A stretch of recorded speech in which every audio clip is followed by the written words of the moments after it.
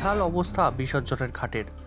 সরস্বতী পূজার পর প্রতিমা বিসর্জন দিতে এসে অনেকটাই অসুবিধার মধ্যে পড়তে হচ্ছে পূজা কমিটি বা স্কুল কলেজের শিক্ষক থেকে ছাত্র সকলকেই।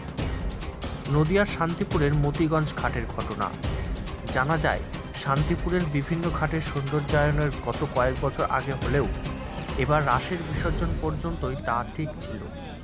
আবারও সেই ঘাট আগের অবস্থায় ফিরে এসেছে, যার ফলে সরস্বতী প্রতিমা বিসর্জন দিতে গিয়ে একদিকে যেমন অল্প জলের কারণে প্রতিমা পুরো ডোবানো যাচ্ছে না, সামনেই পড়ে থাকছে প্রতিমার কাঠামো, এছাড়াও প্রতিমা ভাগ ভাগ করে দিতে হচ্ছে। আজ সকাল থেকে শান্তিপুরের এই ঘাটে ভিড় জমিয়েছেন বিভিন্ন স্কুল এবং প্রাইভেট টিউশন সহ বাড়িতে পূজা হওয়া সরস্বতী প্রতিমা। তবে ঘাটের এই পরিস্থিতি দেখে ক্ষোভ উগরে দিচ্ছেন সাধারণ মানুষ।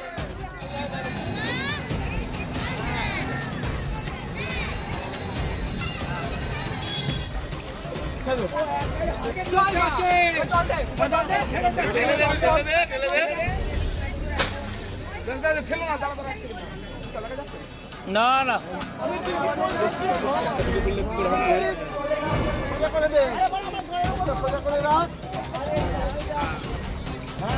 বেশি ডুবিও না, ঘোরাও ঘোরাও, ঘুরিয়ে চিত্র দাও।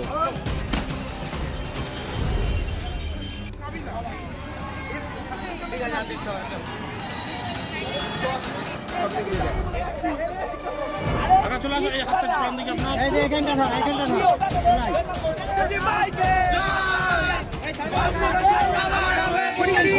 নোংরা নোংরা বাচ্চাদের এরকম একটা অনুষ্ঠানে আশা করেছিলাম আর একটু পরিষ্কার থাকবে। আপনি দেখুন প্রচন্ড নোংরা আছে, একটু পরিষ্কার হলে আমরা ভেবেছিলাম আর একটু ভালো হয়। তো সেক্ষেত্রে তো বাচ্চাদের তো বিসর্জন বেশিরভাগ ক্ষেত্রে হয়। হ্যাঁ, এখানে সরস্বতীটা ম্যাক্সিমাম স্কুলে থাকে, তারপর বিভিন্ন জায়গার থাকে, কিন্তু একটু পরিস্থিতি ভালো হলে হয়তো ভালো।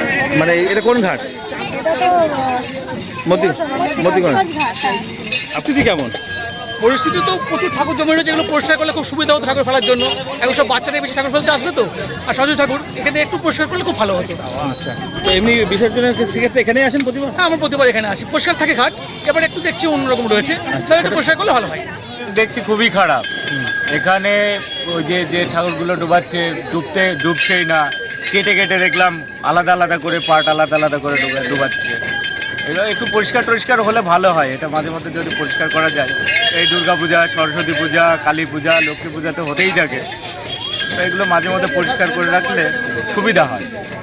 আজকে অনেক ঠাকুরই এখানে এসছে, অনেক ঠাকুরই তো আসছে। এটা কোন ঘাট?